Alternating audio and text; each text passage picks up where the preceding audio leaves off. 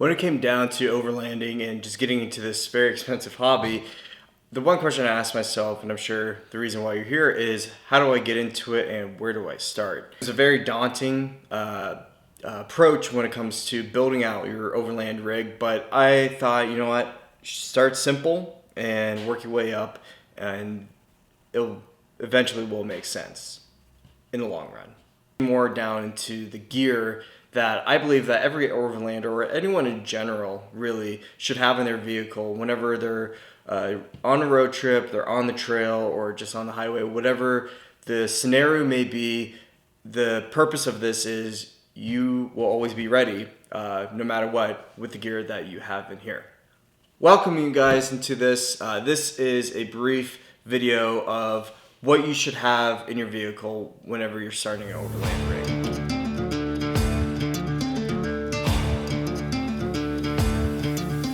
First things first, very simple.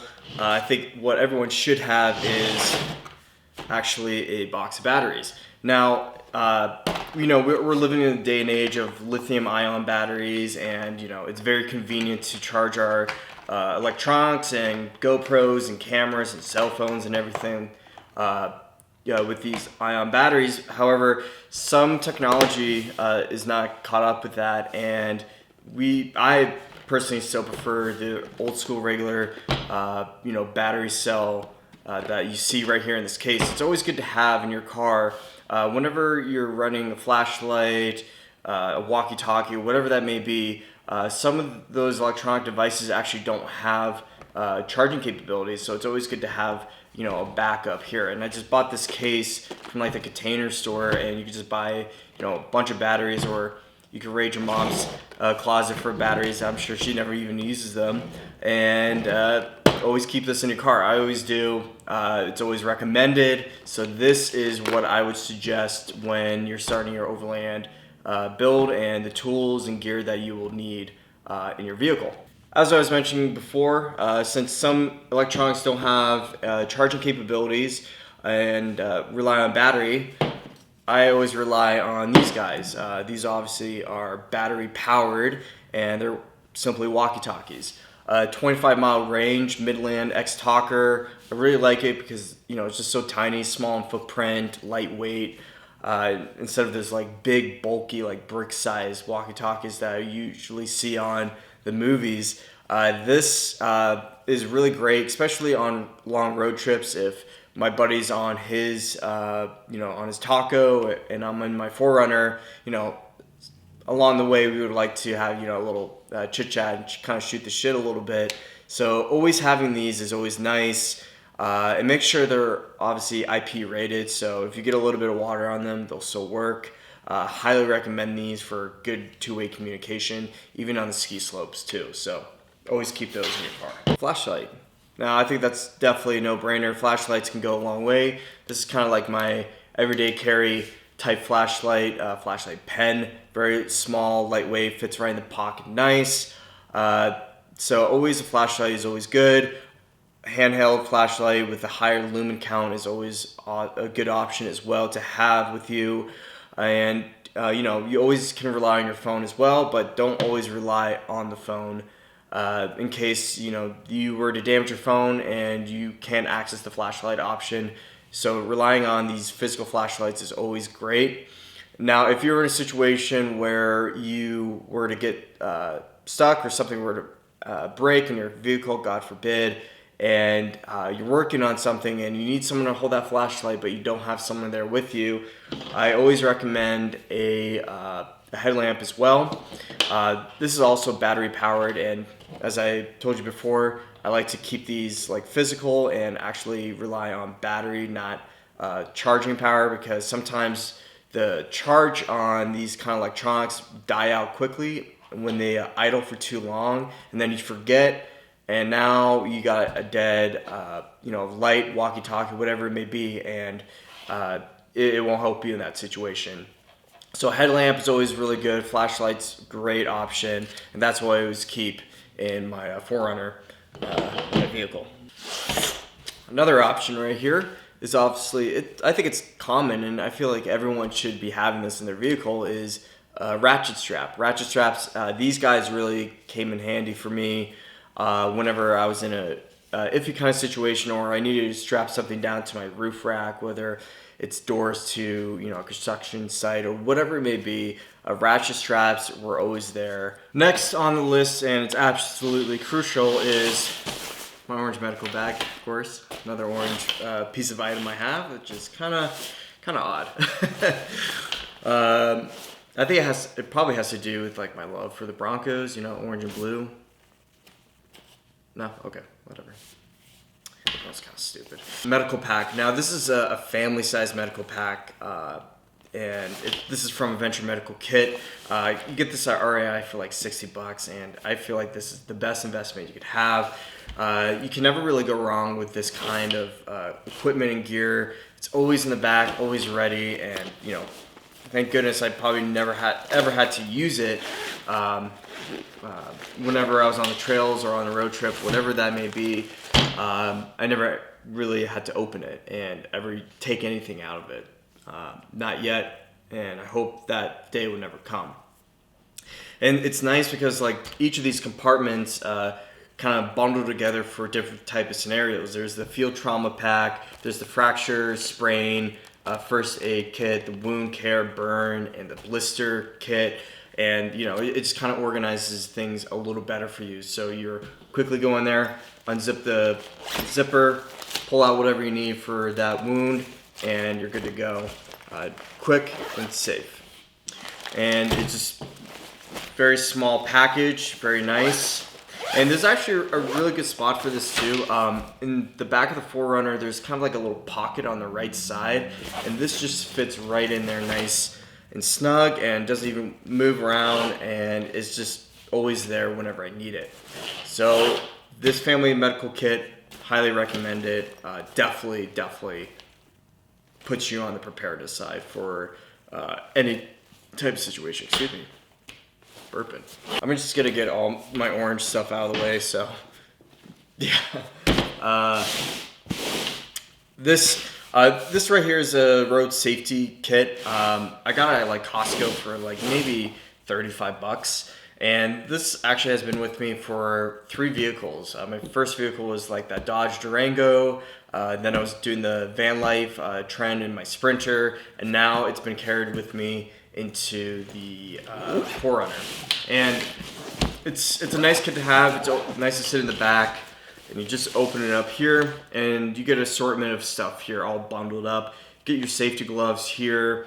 You got your cable jumpers, safety vest, safety light, trauma blanket, duct tape, because you never know when you'll need duct tape, and duct tape always prevails as being the most crucial thing to have. So duct tape, a razor blade, and so forth, all in this package, all ready to go. And it's always good to have these kind of things to be prepared for any type of scenario. Definitely recommend this. It doesn't have to be this exact same type. You can go to Costco, or you could go to Amazon and find these kind of kits, and I'm sure whatever you'll find is probably better than this. This is like really old, but it still has served me well, and had no problem with carrying it around. It's always good to have your good pair of gloves. I get these at Home Depot. Leather gloves go a long way, and they're more sturdy, and I would say a little more reliable than the other types of material gloves. And it's always good to have whenever you're going to get your hands dirty, whatever you're grabbing something rough, or you're grabbing rope, whatever it may be. Gloves will always protect your hands, and for any situation that you're facing. I do recommend, however, to not get the gloves. Don't make the same mistake as me. Don't get the gloves with the holes in them for better ventilation in your hand, because eventually, as you're picking up something with like a rough, coarse edge, it's going to grab onto that hole and it's going to rip, and eventually that glove would be compromised, and you just ruined a good $25 pair of gloves. So just get a full enclosed pair of gloves if you can, or else you're going to shred these gloves within 3 to 4 months, guaranteed. Who doesn't love tools, right? This, I would say this is probably not the best example for the kind of tool that you should have on the road, but just to give you an idea of it, usually I would probably take an impact driver drill. This is from Milwaukee, and they do have chargeable batteries, so I bring like maybe 3 of them just in case with me. So definitely charge your batteries. Unfortunately, they don't take those type of batteries that I was mentioning before. And it's always good to have a full-on kit of everything, of all the drill bits, whatever you may need. It comes in this case. It's there whenever I need to like quickly unscrew something off my vehicle or on a campsite. I have everything I need here in this little case, and I got the drill power here. The higher the torque power, the better. And it just helps you in those situations where you're trying to crank something and you can't get it with those hands, and it's raining, and it's frustrating. Trust me, believe it. I've been there. It's frustrating, and just grabbing this power drill and just going right in, and the job is done, clean. With the power drill, obviously comes the full tool set right here, all kind of bundled up, and we're gonna just go ahead and open this up. This is a tool roll canvas. You can get this on Home Depot for like 12 bucks, which is really nice, or you can find something better or a little more organization on Amazon. Whatever suits you. I highly recommend this because it just rolls up in a form factor instead of putting in those big cases with all your tools, and it's just a nightmare. Right here, I got all my tools that I need for my 4Runner. Now, I'll say it again. Bring only the tools that you need for your 4Runner. And what I mean by that is you have to pay attention to the tools that you've used only on your 4Runner when it comes to putting on your sliders, your roof rack, your winch, tightening that, whatever it may be, whatever tools that you used, always bring it with you. So that's why I really pay attention to whenever I start a build and complete the project, and I always make note of that and say, like, you know what, I use this tool, this 13mm wrench 2 times on 2 projects, so I believe this will come in handy. So I always bring that with me and store it in my rollout bag. You never know when you're gonna have an Allen key situation, so it's always nice to have it in this compact size instead of like, you know, a million different pieces of those Allen keys, or the 20 pieces of Allen keys. You all got it right here. And it's just really nice to have this kind of tool collection at the ready.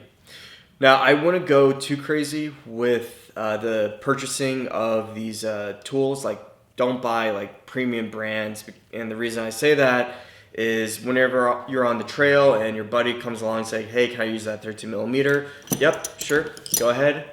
Give it to him, and he forgot to bring it back, and you guys move on from your campsite to your next location, which is hours away. And as soon as you get to your campsite, you're like, well, damn, I should not have given him my 13mm tool. Another note on that too, bring 2 just in case, because you never know if something might happen and that breaks, or you need 2 of them at once. So definitely bring 2 with you on the trail.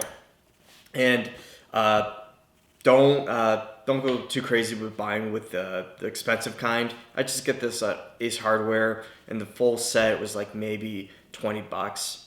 And I think that's all you really need is that. And you won't lose sleep about it when you lose that really expensive tool. When I told you not to buy it, it's just a really cheap tool, and that's all you need. All right. This is okay. Now, this is something I definitely would not recommend at all. But this is kind of what I had at the time. It's a DeWalt air compressor, and it's just 4 things in one, really.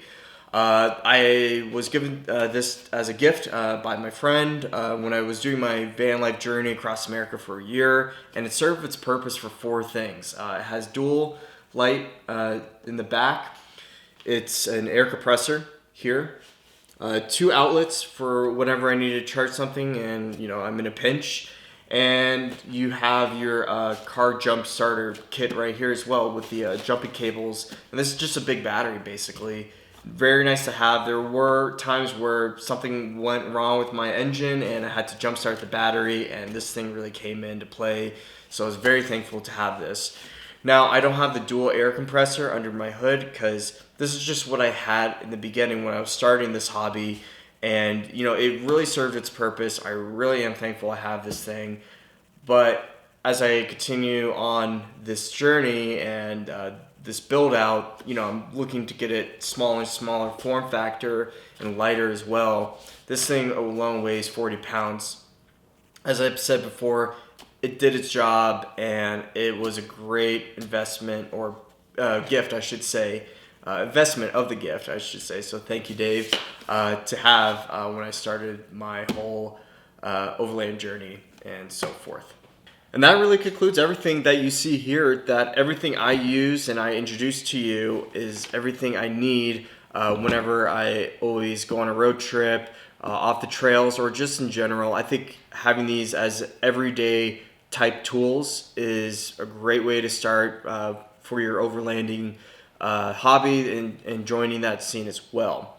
As I said before, this is kind of like what I started with and how I kind of build upon it. And I know there's probably some other great things that I'm missing that I should probably include in my vehicle. And I'd love to hear it from you guys. From the veterans, I'm reaching out to you who has been in the overland scene for years. I would love to hear your opinion, your advice, how I could probably minimize the small compact of these guys, make it smaller form factor, or maybe you think batteries are, you know, an ancient thing that I should be rid of them. I'd love to hear from you guys, and anything that I missed in my overland vehicle that I should add, let me know in the comments. Other than that, guys, I really appreciate you tuning into this, and I hope this was very helpful to you. And I know I'm excited to look back on this 1 year to 5 years from now and see how much has changed from then up until the future, whenever that may be, when I continue vlogging about the overland scene. That really concludes it, guys. For those who are tuning in, watching this video, and who are trying to get into the overland scene, off-roading, whatever that may be, thank you for giving this video a chance, and giving your thoughts and your questions are greatly appreciated. It helps me grow as a person and learn more as I continue to make these videos and learn more about the overlanding.